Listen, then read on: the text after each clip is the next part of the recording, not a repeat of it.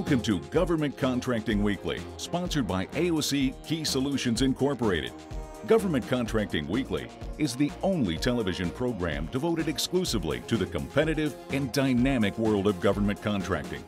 A world where coming in second place is not an option, but where principle-centered winning is the only approach. Good morning and welcome to Government Contracting Weekly, where each week we aim to give you, the government contracting community, tactics, strategies, and tips on the winning of government contracts. Speaking of winning, today we're focusing on the art of winning, and we have with us very strong leaders. Tim Hannigan is the Vice President of Business Development, Training and Intelligence Solutions Group for DynCorp International. He'll be sharing with us the process of winning and giving us an understanding of what we've called the DynCorp difference. After hearing from Tim, we'll be speaking with Paul Christman, Vice President of Dell Public Sector.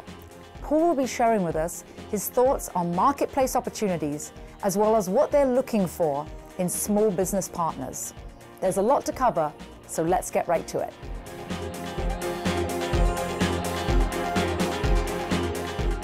Good morning and welcome to our segment where we have with us a local expert. This morning I'm delighted that we're joined by Tim Hannigan, the Senior Vice President from Dyn International. Welcome, Tim. Glad to be here. Tim has an extensive background. I'd love you to share with the audience. You have a lot that's prepared you to be working with the government, including being in the Marines, and an extensive background with government contractors. So I'd love you to share that with the audience so they get a perspective on where your expertise is coming from. And maybe you can share if there's anything that's ellipsed that experience of escorting Christy Brinkley. Well, on the subject of Christy Brinkley, that was a one-time affair when, hate to use the term affair, but that was a one-time task I had when I was working up at the Naval Academy, and almost got in severe trouble with my wife, who was delivering our first baby in the Annapolis hospital at that time, so I survived that. And you haven't repeated that? No, I have not. But I think that your background in the Marines has certainly prepared you for the understanding of the government and what our servicemen go through, so expand upon that for us. Sure, very much so. I spent 20 years in the Marine Corps, and I think from that side you get an understanding, working for the government, about how contractors can support you and the need for them and so forth. But for me personally, the work in the Marine Corps, starting on day one when the drill instructor starts putting you through the mindset change that everything you do, you have to do as well as possible. And if you get a mission, it is your job to complete that mission and 100% be successful. You get instilled in your mind, in all services, not just the Marine, the attitude that second place is not acceptable. You know, your job is to win. When you get out in that battlefield, you have to win. And so if you came into this military service with the idea of being competitive, it is greatly enhanced through that whole process. And the team aspect too. And the whole team aspect, working collaborative with your team, all those sort of experiences as a leader in a high-stress environment where you have to collaborate and you have to get the most out of your team is very helpful when you get out in the contractor world where you're bidding on U.S. government contracts, and specifically in the world of business development, where, you know, it is all about competition. And you've had extensive business development as well, haven't you? Business development specifically. Yes, correct. I've spent a little over 20 years now in the U.S. government contracting business, and I've worked a mix of both program work, where I've been managing programs, and then working in business development, winning programs. So I think I've got a fairly healthy experience in understanding what has to be done at the program end to perform well and satisfy your customers. And I've had quite a bit of experience in designing solutions and presenting cost-effective bids that will appeal to customers. And that's why you have so many, Tim won't maybe say this himself, he has a lot of big wins under his belt.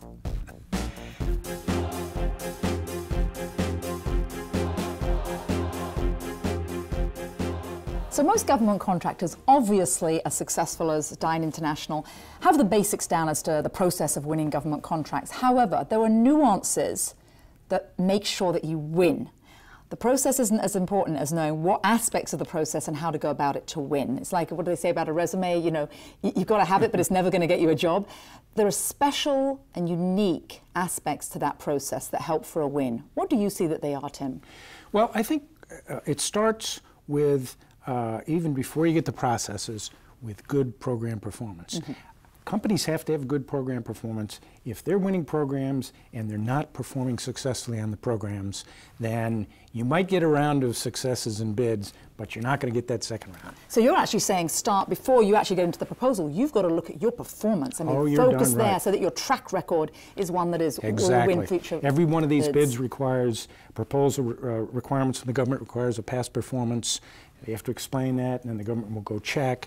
And if you're doing well, great. If you're not doing well in your past performance and performing well for your customers, the customers are not going to award contracts to you. Why should they invite you back in when you're not doing well? And that's actually something that Key Solutions does, going in third-party assessments when they go in and look at what is your track record, and let's look at ways to rectify any issues that are there, because the government won't come back to you. And my company, rightfully so, agrees with that, and takes the notion that if we're not performing well on programs for this customer, we have no business going back in. Let's build up our track record and good performance, and then we can go back to that customer. Great place to start, starting point. So that's good. So then, with respect to developing business, there are standard processes, and all the organizations that teach this type of stuff. There is no master's degree in capture management and proposal management offered up by Harvard or whatever, but there are training courses, and there's OJT, and most companies have processes that deal with marketing and how you have to meet with customers on a regular basis. Not only one person meeting with one person, but a number of the key executives across different functional areas meeting with them.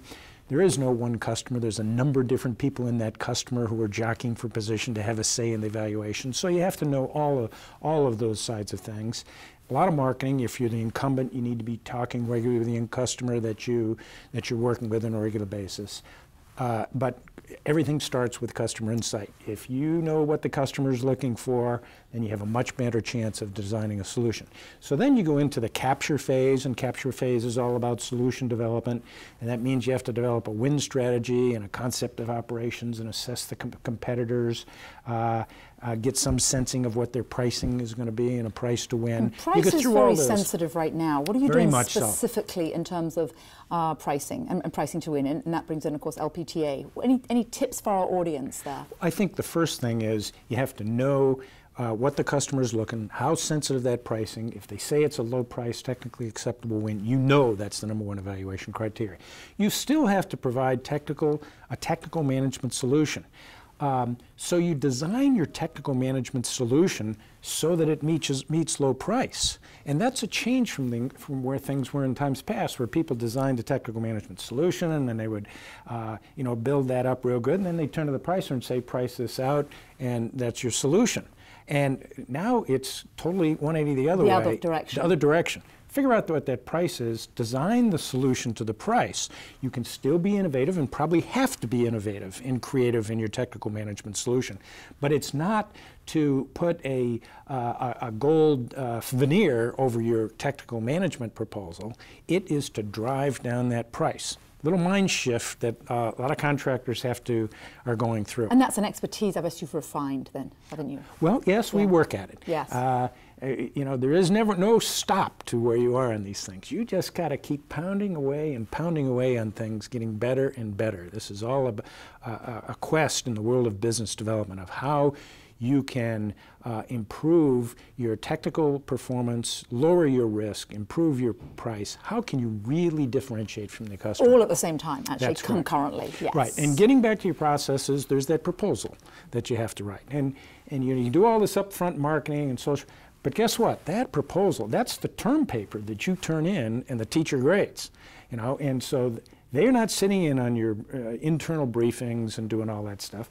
They read what's at that proposal. So there's an absolute need for proposal writers and managers who are reviewing the proposal really to take a hard look at what's going in there and make sure that the documentation of this solution is presented to the customer so it's easily understandable by them. Mm-hmm. And when it's easily understandable, they can then award you credit.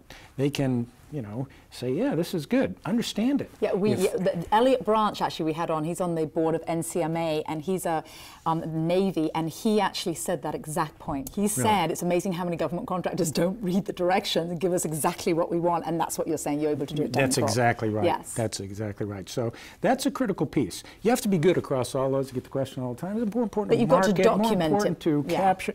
No, you got to be good all the way across the way through all those processes. And the more you do those things well, you can watch your probability of win, your so-called P-win, tick up, tick up, tick up, and tick up. And that's what you're striving to do. And it's got to be documented perfectly at the end. Exactly. That's exactly right.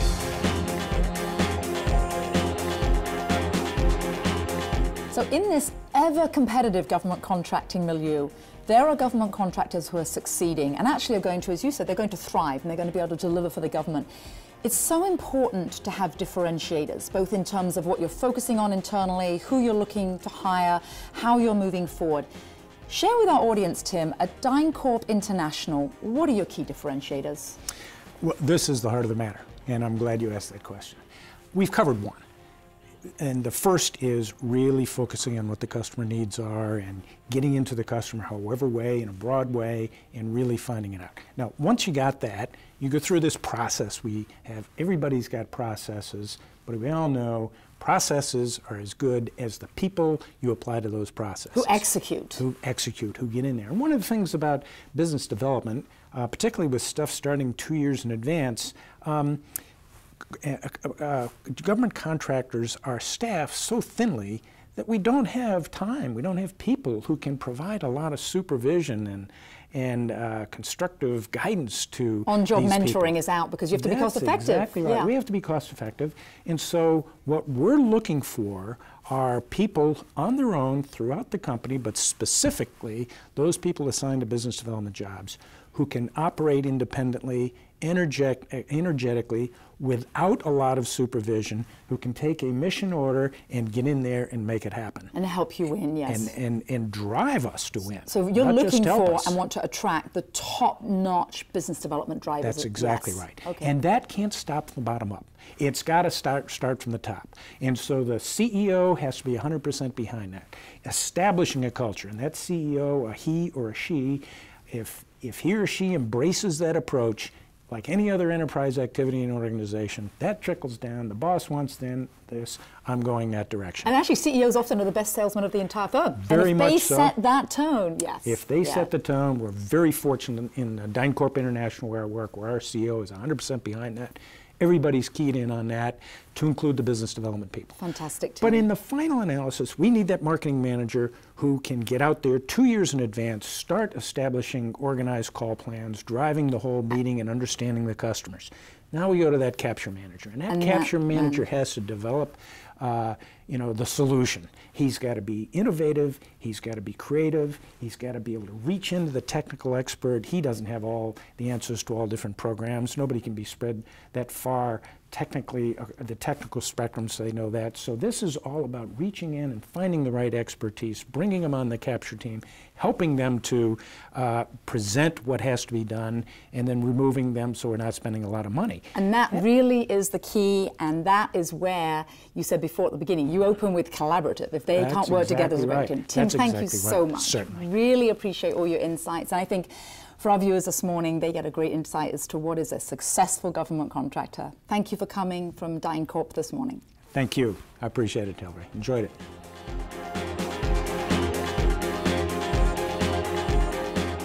It was a pleasure speaking to Tim, and they do such great work at DynCorp International, so we always learn a lot from them.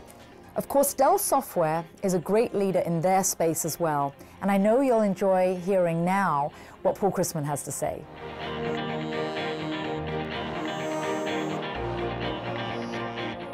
Good morning and welcome to our segment where we're talking with a local expert. And today I'm delighted to have with us Paul Christman. Good morning, Paul. Good morning. Thank you for joining us. And Paul is now heading the Dell Quest Software acquisition in this region, and it's been quite substantial. But before we get into that, I'd love for the audience to hear a little bit about actually your running and how running is related to your leadership style and how you're leading the firm to the future. It's a great question, and I always think of my time when I go running as my quiet time to think and solve problems. I've been running competitively since I was a teenager. I've competed in several marathons here in the DC area. I run the Marine Corps Marathon. I try every year to complete it. It's something that I enjoy. It's something that is a passion for me to compete.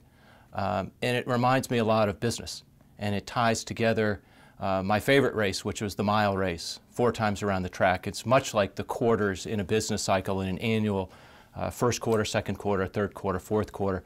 And there are so many analogies between running competitively, running collectively. As a team, I try and remind my sales and marketing organization that it's not about the first quarter, it's not about the second quarter, it's about the fourth quarter, and it's about finishing, and it's about finishing strong. In its entirety. You have to run the whole race. Yes, and win.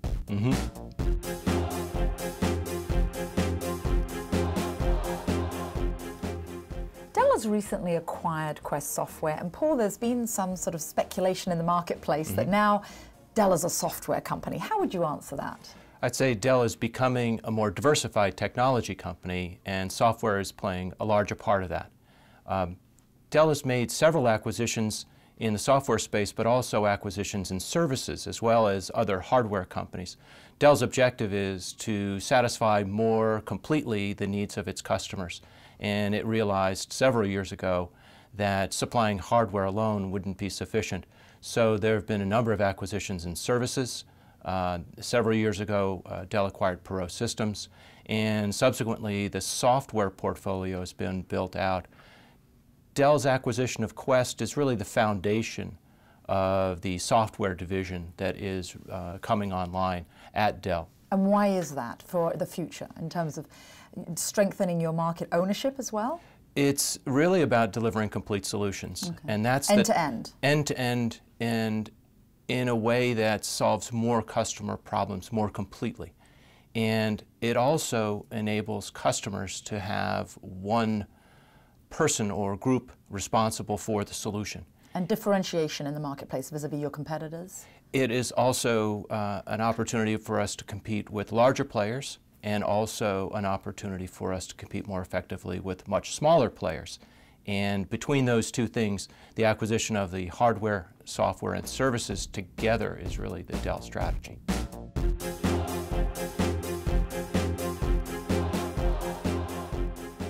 Of course, government contractors at the moment are lamenting all of the challenges that they're facing, whether it's fiscally, but it's also a lot competitively within the marketplace. What are some of the challenges you're facing, and how are you overcoming them? Challenges in the federal space especially have to do with budgeting. It's always difficult when the federal budget is not as settled as it has been in the past. Continuing resolutions and the threat of sequestration very, very much disrupting the normal process and schedule of budgeting. That's number one. The other that we're seeing quite a bit of is a reduction in qualified contracting officers. As the government workforce ages and retires out, we're seeing a lot of challenges getting our procurements through the process because we have more junior or less experienced technology contractors and procurement officers. And they also are trying to go far more by the book because they don't have the expertise, and the regulations have increased, so there's a sort of a double-edged sword there. Absolutely. Knowing where things can be flexible, understanding how to negotiate, those sorts of things come with experience. And quite honestly, we're seeing more junior folks going by the book, as you said, and it becomes much more challenging when you've got something that you're trying to propose that's maybe not the most standard response to a solicitation, an RFQ, an RFP. Because yours are more innovative. So this is cutting-edge technology you're talking about. We're trying very, very hard to provide more innovative solutions, whether it's a financial solution in response to budget problems, technical solutions in response to new regulations or mandates. But to propose those sorts of things by the book in a cookie-cutter way is challenging for us. Yes, and I would think challenging for those officers because they're trying to adapt to what they have to in terms of the regulations they're facing. So you're both facing the same thing. At the same time, reducing cost. Yes. A lot of competing objectives for the procurement process, for the contracting process. Procurements are being recycled, being put into procurement, brought back out, rewritten, and the iterative process is slowing things down substantially. So would you say that it's a good or a bad time for a contractor to enter this space if they're not already? I'm assuming that actually you would say don't enter because Dell's there and we're doing all that has to be done, but what would you say? It's not for the faint of heart. No. It is a place where you have to dedicate yourself. It's a place where you have to understand both the written rules of the game and the unwritten rules of the game. It is a challenging time. If you are looking to expand in the federal government, choose a particular area, provide specific value. Don't try and be all things to all people. Don't do it casually. So really, if you just have a technology that you think this is cutting edge and the government has to have this. If you fall in love with your product first, you're done from the beginning. Yes. You have to understand what the client wants first and then make sure that you understand how to get it to him or her.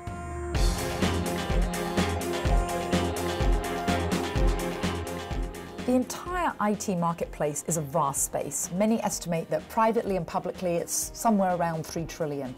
What do companies, what should they do and what should companies be looking at to enter into that now, in that space? And do you think there's a lot available in terms of opportunities? Information technology industry I've been a part of since I started working in. I'm very optimistic that the marketplace is both healthy as well as growing. I'm always an optimist that technology can solve problems, so I see the market as being very robust. Getting into it now is very challenging. It's not something you can do maybe in a garage startup like you could back in the 80s. Like Apple. Like Apple or other small software companies that could start. It requires a tremendous amount of dedication, and in the enterprise space where Quest and Dell software plays, we really have to support customers very, very well. If you're thinking about getting into the market and breaking into it, the dedication to supporting your customers after the sale with quality products is probably the best thing that you could focus on. It's not necessarily the latest shiny object or the latest great widget. It's about understanding what your customers need to do for the long term. And the applicability of your products. And the sustainability of the solution long term. Because especially in the public sector space, in the federal space, customers buy things and they use them for such a long period of time, they have to feel comfortable that there's going to be the next iteration of this solution, the next iteration of the product. So having a plan that goes beyond just the gem of a great idea to start a company or start a product isn't sufficient. It has to be something that sustains. Sustains. And then in terms of when you say about winning, that's what you have to do to win, and so certainly initially now. What would be your tips for our audience in terms of what do you see as the best aspects of how to win a proposal? What are the aspects you really focus on at Dell in terms of winning? So I always classify an early opportunity as either an active opportunity, something that's come to us from a customer and they've said, we think your products, people, can solve some of our problems. That's an active opportunity that comes to us. I think the best kind of opportunity you can work on is called a latent opportunity. A latent opportunity is where you actually discover with the customer early on what it is you're trying to solve and the applicability. Out of an iterative dialogue collaboratively. Earlier than a solicitation. So it's too late then. Everybody else is in on the game. And if you can help define a latent opportunity and develop it with a customer and to bring that to a solicitation and go through the procurement process that way, your probability to win is probably tenfold. Because they've also already got buy-in to your technology and your solutions. And you've also had an opportunity to help them frame the financial side of things as well as the technical side of things. And they built trust in you too, because they know you. And you're not just pushing the product from the get-go. Great. You've invested the time to understand what they're trying to do. Those are the kinds of opportunities we really relish. Those are the kinds of opportunities that are enjoyable for us to pursue from start to finish.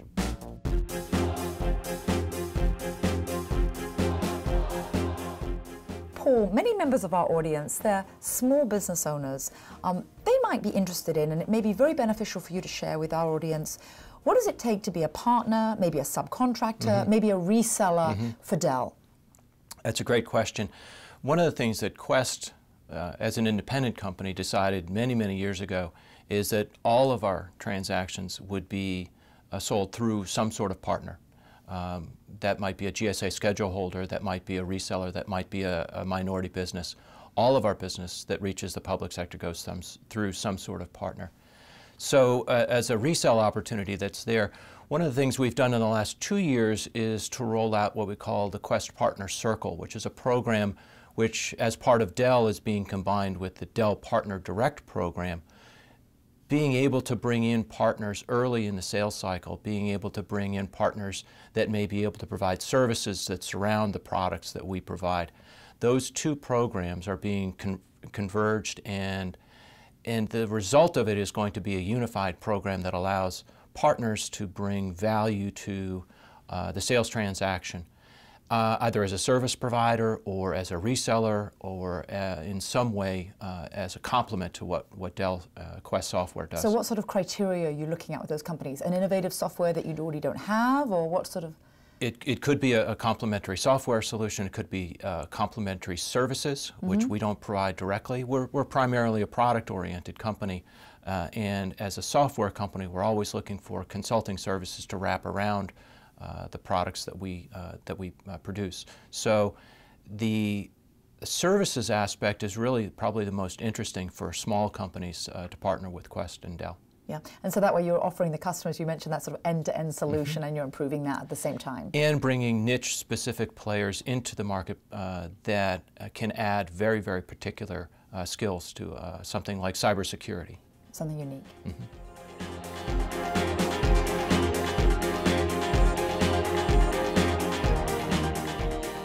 In this age of austerity, cost consciousness has become ever more pervasive. Paul, how is that part of your dialogue, and how does Dell talk about cost savings?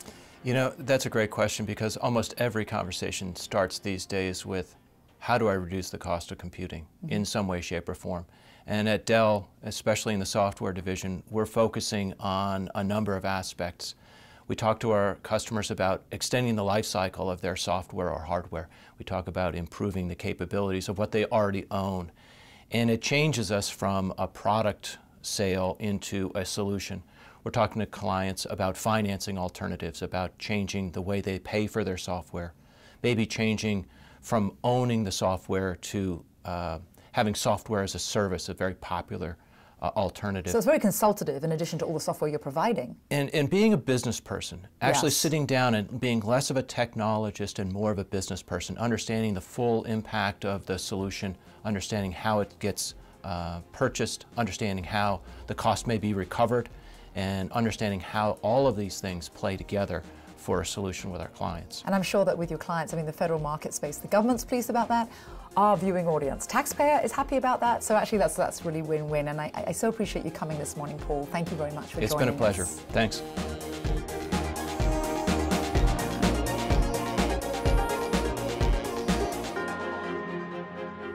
I hope you enjoyed today's show, and even more importantly, that you were able to take from it some practical lessons in your own efforts to win government contracts. Thank you all for joining us, and we hope to see you next week again. You've been watching Government Contracting Weekly, sponsored each week by AOC Key Solutions Incorporated. Government Contracting Weekly is the only television program devoted exclusively to the competitive and dynamic world of government contracting. For additional information, comments, questions, or suggestions, please write us at governmentcontractingweekly.com.